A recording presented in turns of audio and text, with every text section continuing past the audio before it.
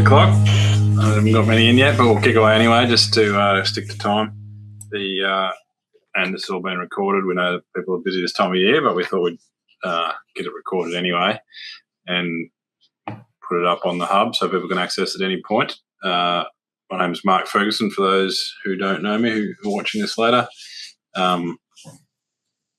Next Gen Agri is our business. We run across both sides of the ditch. I'm currently in Christchurch, but we work a lot across Australia and New Zealand. And Phoebe Eckermann is joining me. So Phoebe's based in Narracourt and sort of north of Adelaide, depending on which day. And there's a long history in the beef industry, well, as long as you can at that age.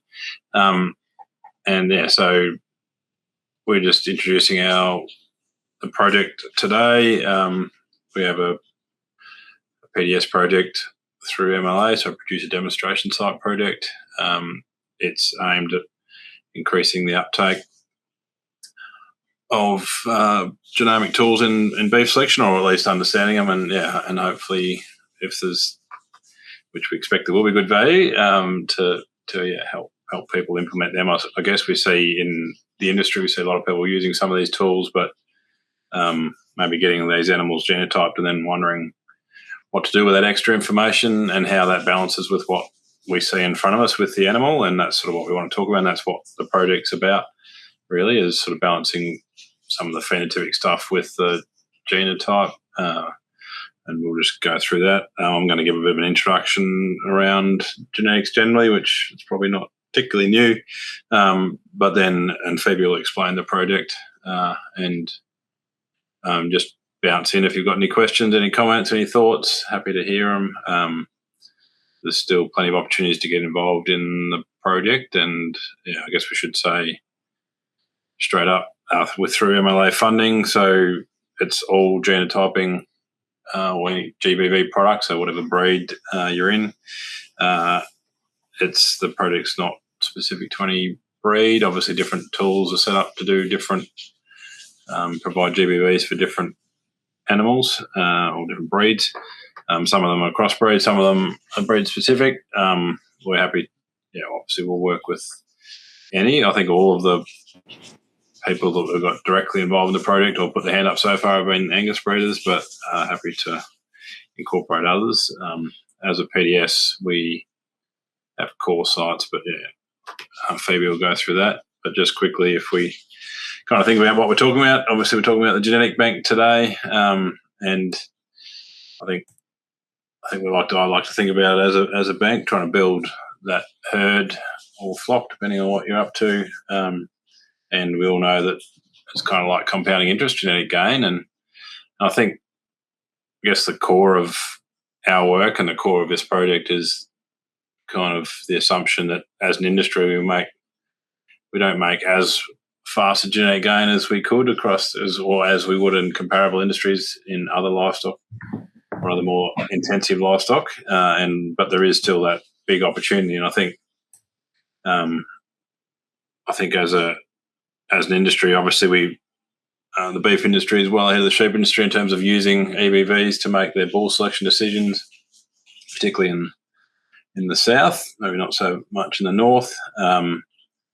But I guess, what we're talking about tonight is the female selection side of that. But as an industry, parts industry are definitely making their sort of 4 or 5% genetic gain, particularly some of the studs. But then there's a big swag of commercial breeders out there that might be only making 0.5% of genetic gain, and there's a big difference in what those lines look like over time in terms of that genetic difference, because you're compounding at that 5% versus compounding at 0.5%. Remembering inflation sitting at kind of around 2% means if we're not doing around 2% genetic gain, well, if you're doing 2% genetic gain, you can kind of hold inflation constant, but at 0.5% we're losing ground. So big opportunity, I guess, to get our selection right. Obviously, the big swag of that genetic gain in a beef production system comes from the bull in a commercial scenario. But I guess there are animals, we know there's animals leaving the farm every year, being culled out or sold out as being classed out. And I guess these genomic tools are about helping make that decision with a bit more accuracy. And I guess none of this is about saying that structural culls should stay. It's obviously within the phenotype that we're happy to look at. What are the most productive animals we can keep it, and we'll kind of talk through some of that environmental stuff as well. I guess when we think about the job we're doing, I suppose, when we're trying to make genetic gain in a beef production system, you can kind of categorise the traits into different ways. But I guess there's the bull traits that we might look at, which is kind of his impact on how that works. So his docility is important. Obviously, that how that flows through to the cow is important, but him himself is also, that's obviously important for our safety in terms of handling them. There's like traits like scrotal size and serving capacity and stuff that are obviously bull traits. But then we've got all of our cow traits in the sense of that fertility, her stayability in the herd, how long she's going to hang around, keep getting pregnant year on year. I guess sort of number 1, 2, and 3 in a beef cow is her ability to have a calf each year. All the other stuff matters a little if there's no progeny being produced, obviously.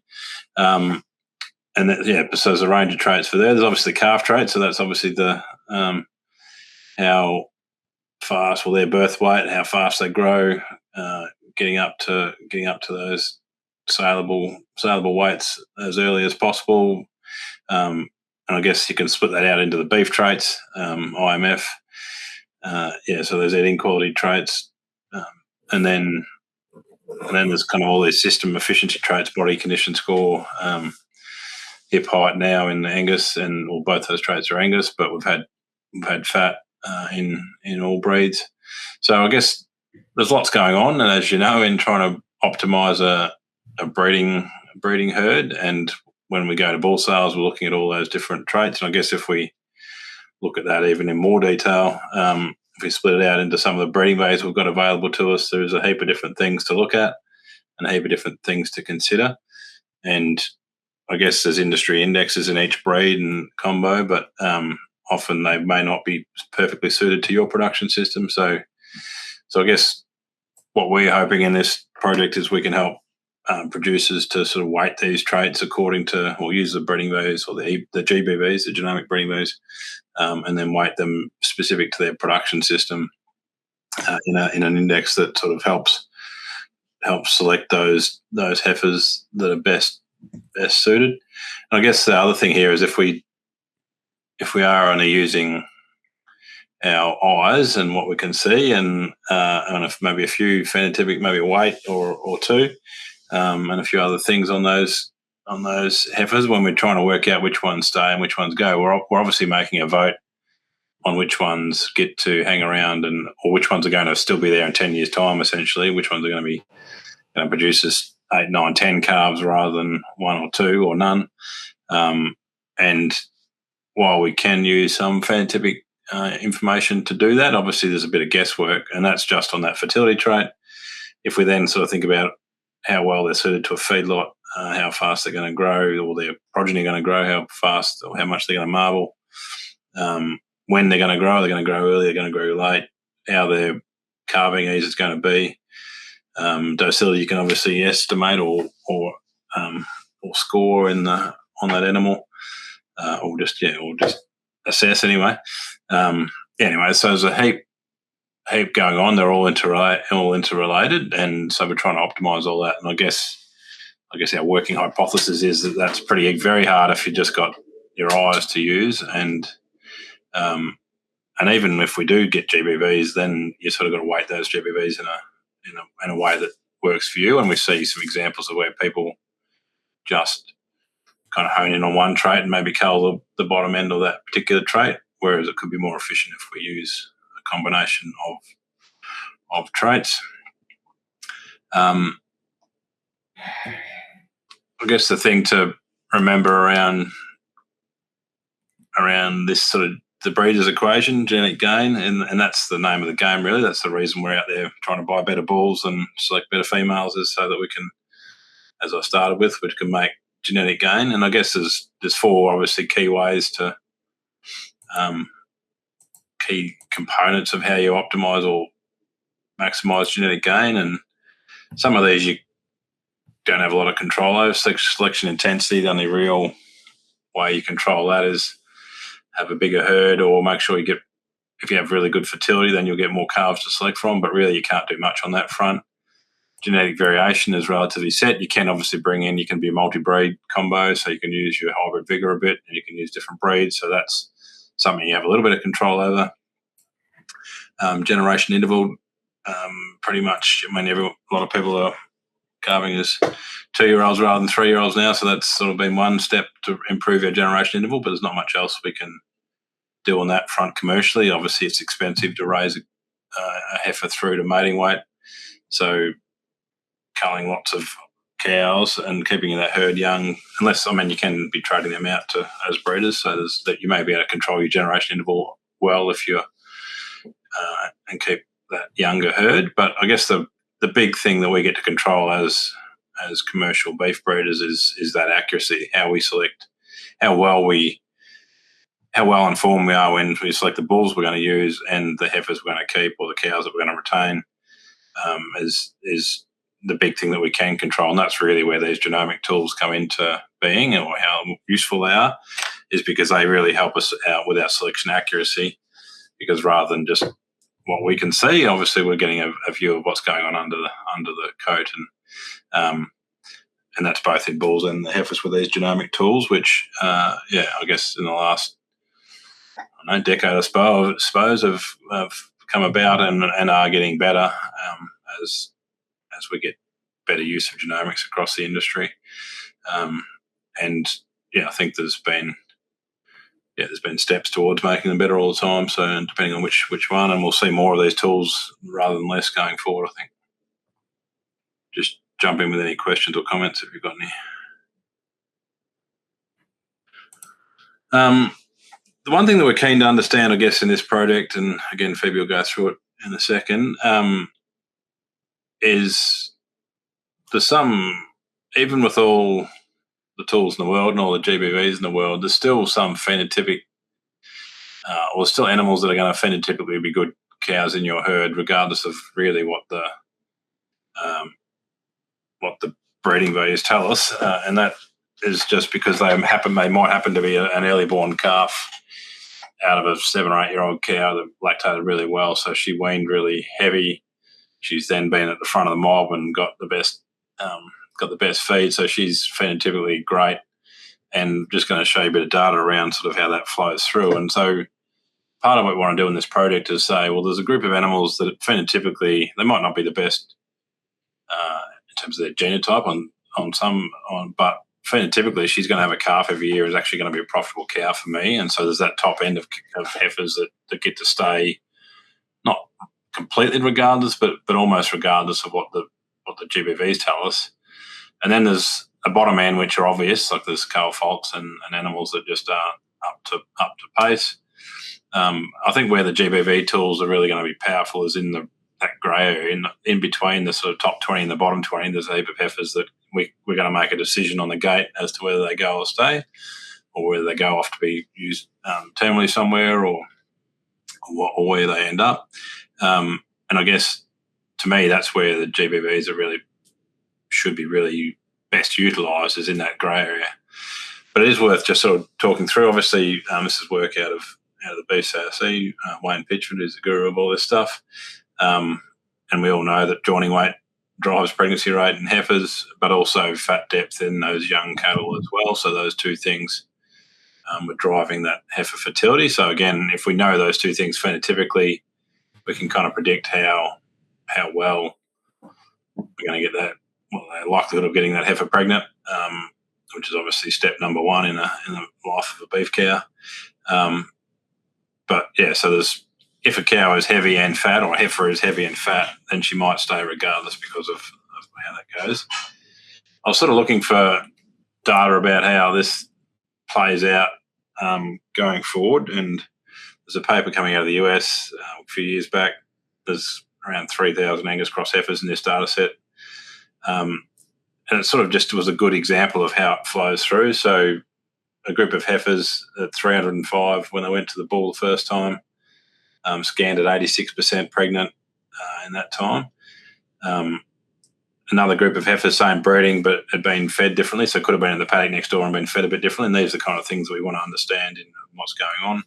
Or they could equally, that could be a heifer calf out of a really good mixed age cow that's lactated really well compared to a heifer out of a heifer.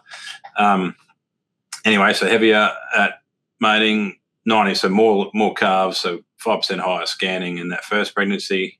And then that flowed on to be whatever that is, 8% more calves in a following pregnancy. So by being heavy early, those cows were going to always, well, in the first two pregnancies anyway, going to continue to scan better. And so that's the kind of thing that we want to kind of capture and understand in this project is if they're phenotypically heavy, but the gBVs are telling us that they're not the best cow to have, but maybe she's still a profitable cow to have, and that's something we need to kind of understand. And maybe we don't keep progeny out of her, but we know that she's going to be handy for her time on the farm.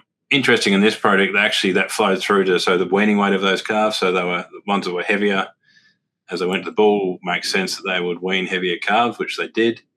Not a heap heavier, but 13 kilos. And then those daughters, so those heifers from that calving that then went to the bull, 18 months, whatever it is, 15 months later, they actually also, because they were heavier, they scanned. So there is this ongoing phenotypic thing that's in our herds that we need to kind of understand or at least balance with our gBVs, if that makes any sense. And so they're the kind of things that we're going to try and understand in this project, where gBVs, we know that they'll be powerful, and we'll want to know where we can use them to their full advantage, I suppose. I guess when we're thinking about our breeding programs, these are the kind of approaches we take to the traits we're looking at, and this is, I guess, again, how gBVs can help us because they give us more traits to look at. But if we don't have gBVs, what we don't know is what our baseline of our herd is, unless we've been doing a good job of keeping a record of all the bulls we've used and the proportion of calves they got and all that sort of stuff, which not many people would have. But it's handy to know what your baseline is. And one of the things the gBVs will tell you, will give you an estimation of anyway, is where we're kind of sitting in the zoo, depending on which product you use. But there's ways we can understand where what the strengths and weaknesses of your current herd are, which is pretty handy stuff to have. And then in terms of the traits that you look at, it's kind of what makes and costs you money in your business, so therefore which ones we're going to be looking at the most. Something we like to think about is the sort of welfare traits, what's costing you time and in the business, and therefore can we select against those time costs. So things like calving ease and stuff, calving heifers is not just a welfare it's a job as well as a welfare risk to the cattle. So that's something that we can, obviously is in a lot of breeding objectives. And then in obviously that beef quality, the IMF or marbling being key, and increasingly going through to that sort of MSA grade type breeding value rather than either of those. So yeah, a range of things to look at, but I guess the thing that gBV, and these will be things you're looking at when you're buying your bulls, but the thing that gBV allows you to do is have a bit of a baseline of that heifer herd. I'm going to shut up and hand over to Phoebe to talk through the actual project that we're undertaking, where we're at, and what the opportunities in the future will be. Thanks, Ferg.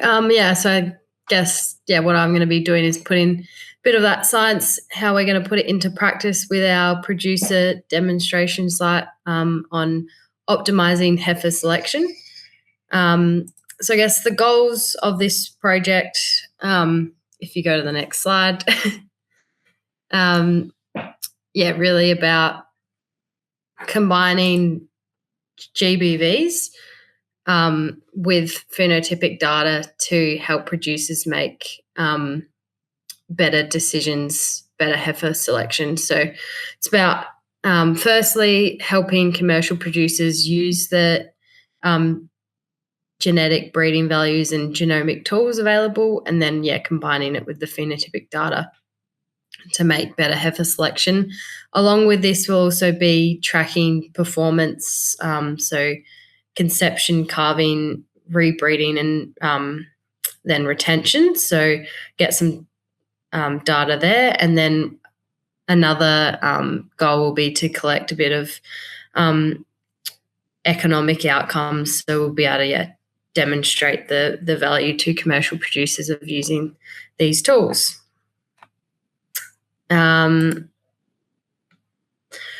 What we'll be actually doing, we're going to have 5 core sites. And so when I say core site, these will be where we'll collect data on producers' properties across Australia.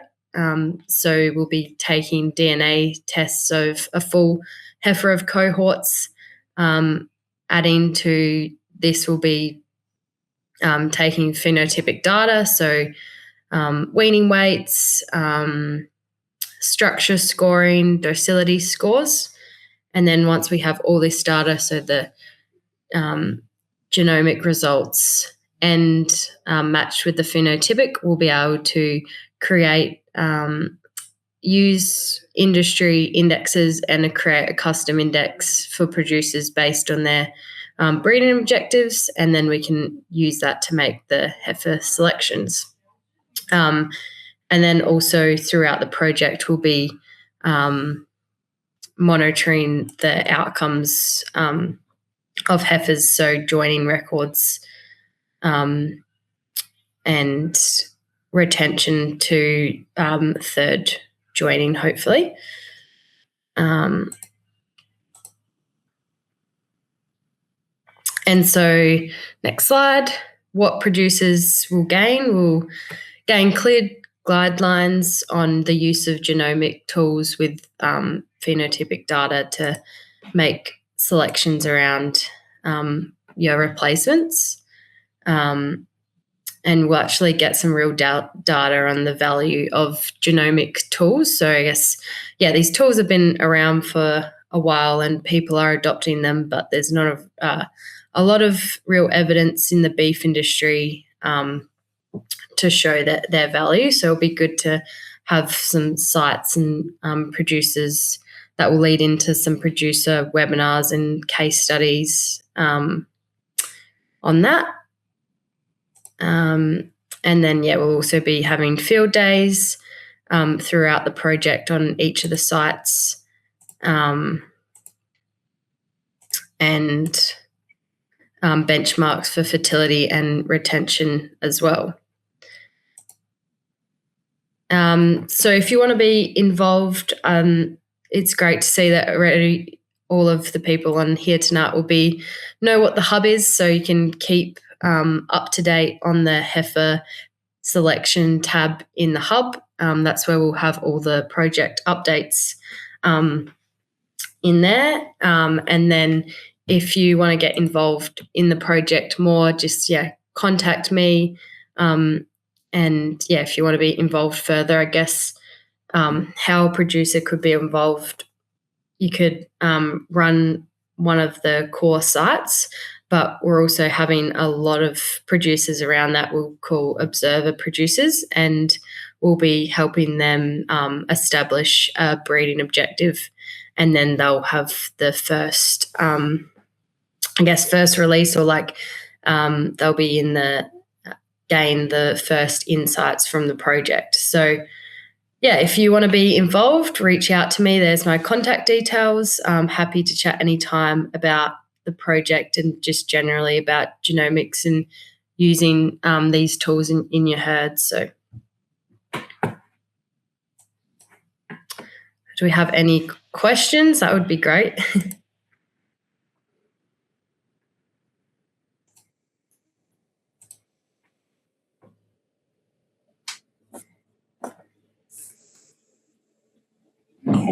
Can you guys hear me? Hey, Michael, is it? Yep, that's it. Yep. Yeah, I've got to just work my camera out too. Yeah, there we go.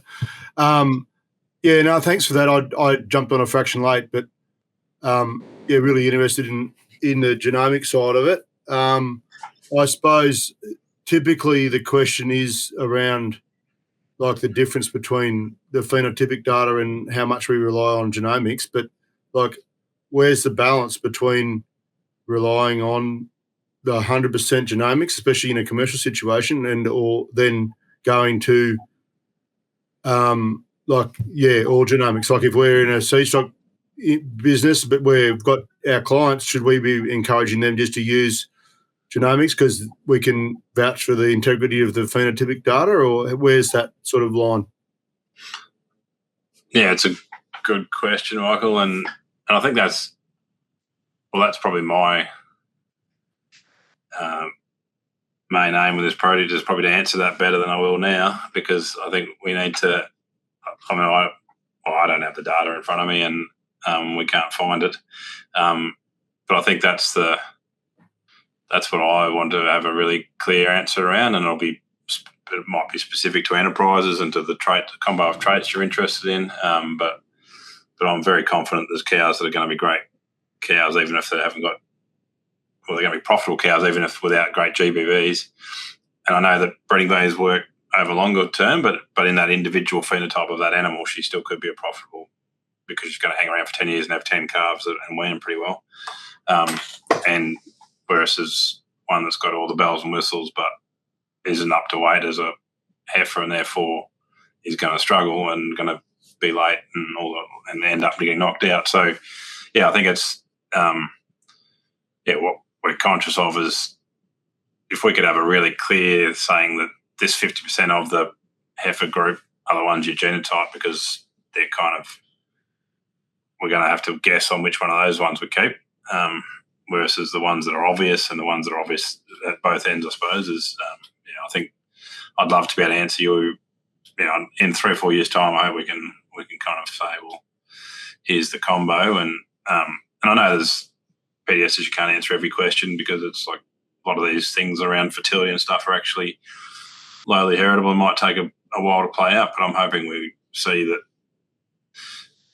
like the genomic tools will do what they say on the label. They'll pick the best genotype, but that won't always be the most profitable animal to run in that generation, even though over the longer term it's best to have them. So that's the balance as well. You've got to balance out how do you optimising your longer term genetic gain as well as maximise the productivity of your current herd, which is a bit of an interesting thought experiment that will take a bit of maths, but if we've got some data, we can help try and work that out.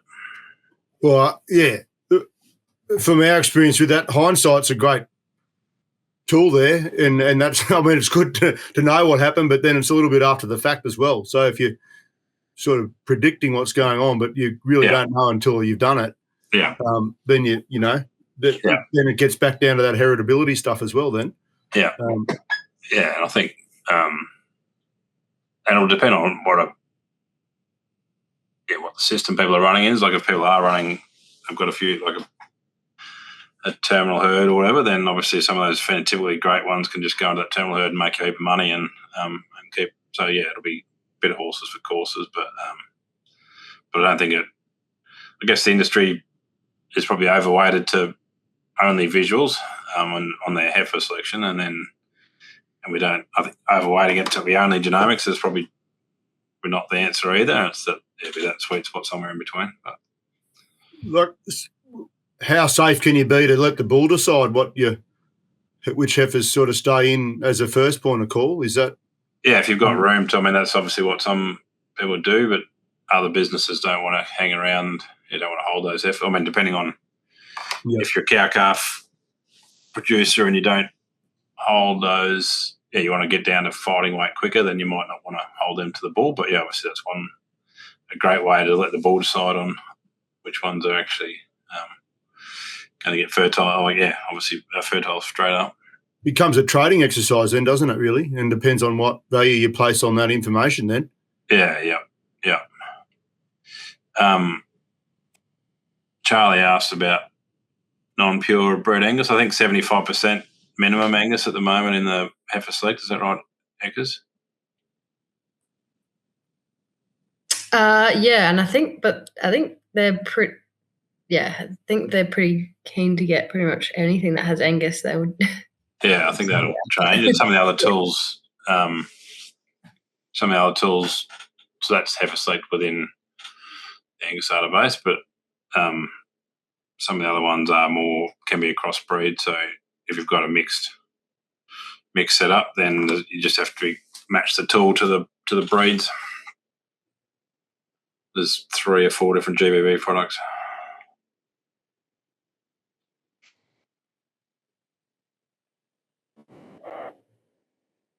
That's a good point, Brad. I think going from the south to the north is obviously, and you keep going further north, I think it gets more about the phenotype.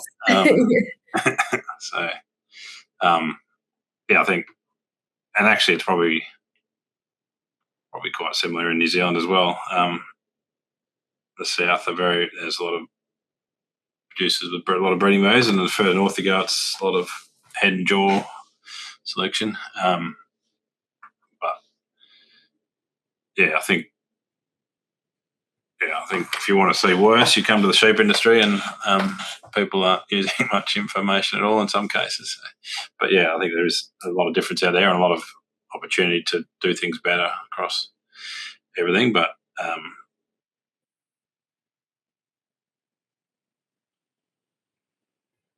probably don't need to cover that anymore. Any other questions out there? Ferg, I can clarify a little bit around the heifer select breed comp side of things. Thanks, Amy. If you're happy on that one. Obviously, interacting with Angus Australia on that front. So they will provide genetic predictions on all animals that are greater than 50% Angus content. That's in terms of their breed check that they run. Obviously, in my observational experience, sometimes when you're doing like an Angus Hereford cross, we think it's going to be 50-50, but it might throw a little bit either way. And I have seen animals get kicked out on that cross, and they do caution, I suppose, and this is be a good challenge for you guys as part of your PDS work, is just animals less than 87.5% Angus. They do say that the predictions may not be as accurate just because of their reference population. Yeah. Thanks, Amy. And I guess, for those that maybe haven't been around genomics that much, I guess genomics is, I was going to say heavily, but 100% reliant on the reference population. So it's you can't build it in Herefords and then predict into Angus, because it's very much based on the breed or the composition of animals that you have in your population that you measure. So it's measuring the DNA and the phenotype, so measuring all the traits that we want to predict and the DNA of those animals, and then